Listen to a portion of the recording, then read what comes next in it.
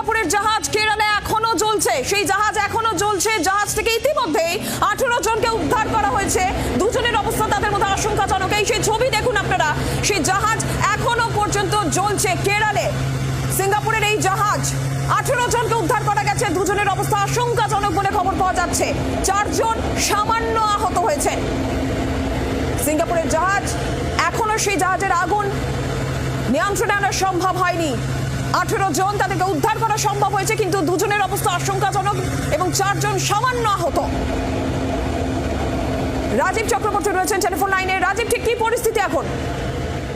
দেখো, সিঙ্গাপুরের যে জাহাজ, কন্টেনার জাহাজ, তার সেই এমভি ইয়ানহাই 503, সেই আগুন লাগার ঘটনার পরে 18 জন নাবিককে নিরাপদে উদ্ধার করলো ভারতীয় নৌবাহিনীর জাহাজ আইএনএস সুরাট, এবং তাদের গভীর রাতে নিউ ব্যাঙ্গালোর পোর্ট অথরিটির কোস্টগার্ড বাসে তাদের আনা হয়।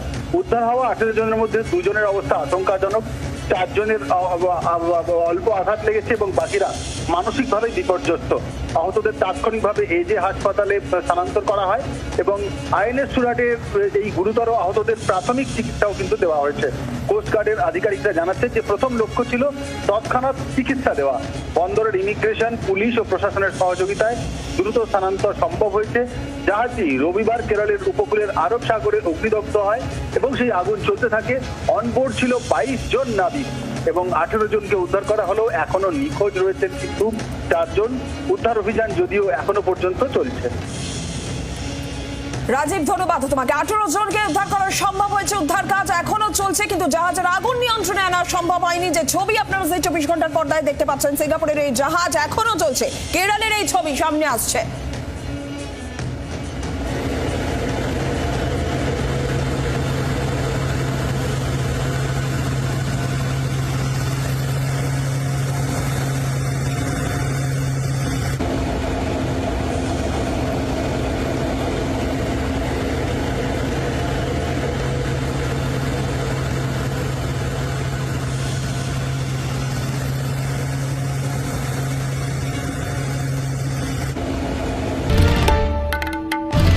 বাংলার আওয়াজ, বাঙালির আবেগ, জি 24 ঘন্টা।